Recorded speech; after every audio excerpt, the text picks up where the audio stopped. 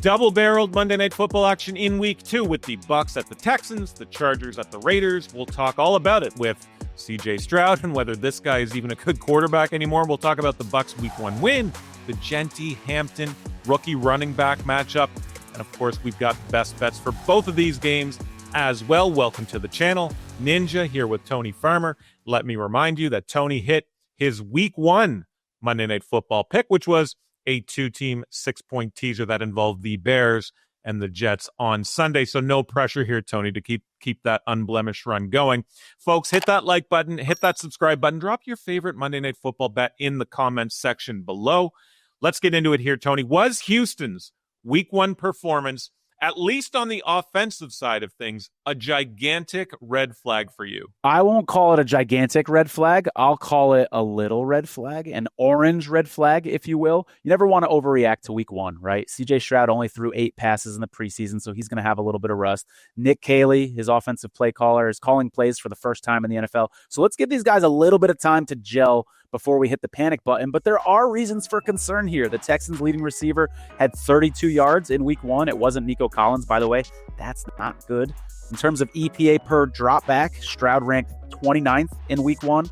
Last year, he ranked 25th, just for a little bit of context. Explosive pass rate in Week 1, ranked 16th in the league. Last year, he ranked 27th. And before you go blaming his offensive line, which I agree isn't great, in Week 1, his pressure rate ranked 17th, kind of middle of the road. Last year had the third worst pressure rate. So his offensive line was actually worse last year. So keep that in mind as you're thinking about CJ Stroud moving forward. Well, let's talk about it. Like, you talk about the EPA per dropback, you talk about the offensive line, but are we seeing CJ Stroud either plateau or maybe even regress after a sensational rookie season? The numbers were down in year 2, and like you just pointed out, not an electric start last week in Week 1. Yeah, statistically, the numbers are way down, as you alluded to. 23 touchdowns and 5 interceptions his rookie year. Everybody's in love with CJ Stroud. Since then, 20 touchdowns, 13 interceptions. I took a look at his turnover-worthy play percentage over at FTN Fantasy, and his rookie year, it was 3.7, and it actually went down last year to 3.0. So it's not, make of that what you will, but it's not a situation where CJ Stroud is just suddenly making terrible decisions and putting the ball into harm's way. So this week, in comes the Tampa Bay Buccaneers, a nice Week 1 win against a division rival. What did you learn about Tampa Bay in a post-Liam Coen world in Week 1? They were able to get the win in spite of, let's call it, a pedestrian performance. Baker had the 3 touchdown passes. Abuka looked very good as well, Tony. What did you make of it? Abuka looked great. The Bucs should be 0-1, though. Like, they had less yards per play, almost 10 minutes less time of possession for Atlanta. That's a tough loss if you're a Falcons fan or a Falcons bettor. But my biggest concern for the Bucs, as you put it, in a post-Liam Coen world, is the running game. Bucky Irving had 37 yards on 14 carries in Week 1. Meanwhile, Travis Etienne, who is the running back in Liam Cohen's new spot, has one of the best games of his career, 8.9 yards per carry. So Liam Coen has a massive, massive impact on the running game. It's going to be interesting to see how quickly the Bucs can get their running game going. Yeah, Baker led them in rushing in Week 1. So we've got the Texans as 2.5-point home faves here. The total, 42.5. Either side of that is minus 110 over at DraftKings. Tony, what are you looking at in this game? What are you betting on?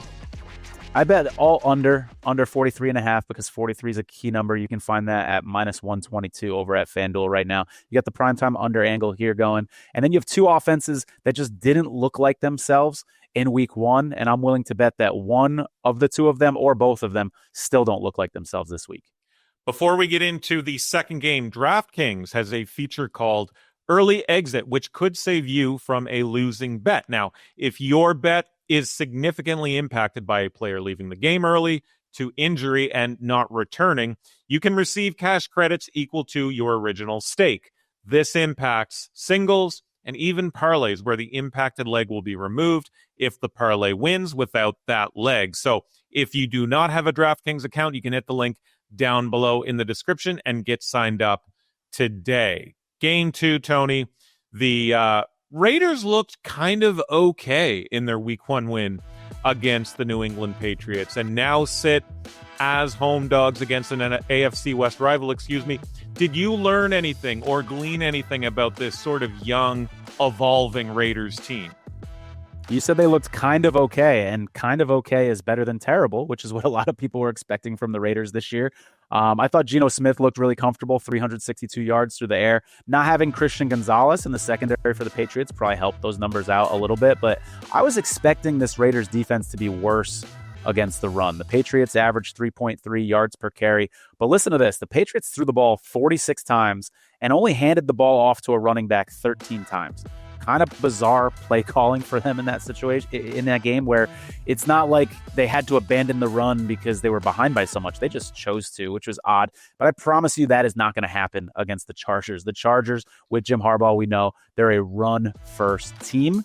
So it's going to be interesting to see how the Raiders hold up when someone just keeps running at them. And keep an eye on Landon Roberts. He's a very, very, very good defender against the run. Their linebacker. He may or may not play in this game depending on his health. So watch his practice status moving forward.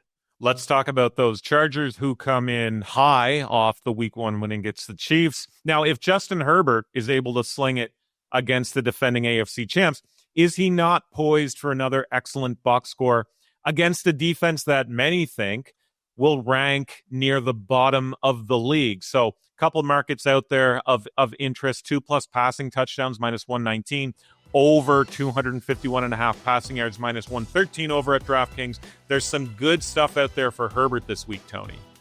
Yeah, I'm pretty bullish on Herbert. I agree. I thought he looked really good. He's got extra time to prepare for this defense now. And let me read you his numbers the last time he played the Raiders last season. 28 for 36, 348 yards, 2 touchdowns, and 0 interceptions. Yeah, I am all about Justin Herbert in player prop markets this week. In the backfield, we've got a matchup of a pair of highly touted rookie running backs, obviously Ashton, Jeanty, Omarion, Hampton. Now, if you had to back one in a player prop market in this game, who would it be and which market? It doesn't have to be anything you're definitively going out to bet or anything, Tony, but in a sort of gun to your head scenario, what are you taking with either of these guys? Yeah, give me Omarion Hampton here. You know I like him. We talked about him for Rookie of the Year and stuff like that in videos earlier this year, especially if Landon Roberts is out. I think it's a big edge for Hampton here. But another guy I like in prop markets is Ladd McConkey. We saw what Kayshon Boutte did against this same defense last week, and McConkey is in a tier of many tiers above Boutte. Like, he's way better than any receiver on the Patriots roster. So I'm expecting a big day here from McConkey. So the Raiders are 3-point home dogs here. We've got a total of 46.5 on the board. The under -112, over -108 at DraftKings. What are you eyeing for a bet here for the second of the 2 Monday Night Football games? Yeah, if people read my preview last week for the Chargers game, I love them +3.5 in that game. Still think the market is underrating the Chargers a little bit here. I'm going to take the money line. You can find it over at FanDuel at -174, which is a great price because there's -180s and even some -190s in the market right now.